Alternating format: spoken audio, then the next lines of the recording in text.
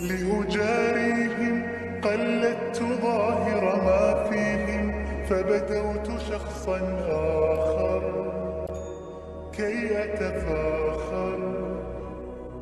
وظننت أنا أني بذلك حزت غنى، فوجدت أني خاسر، فتلك مظاهر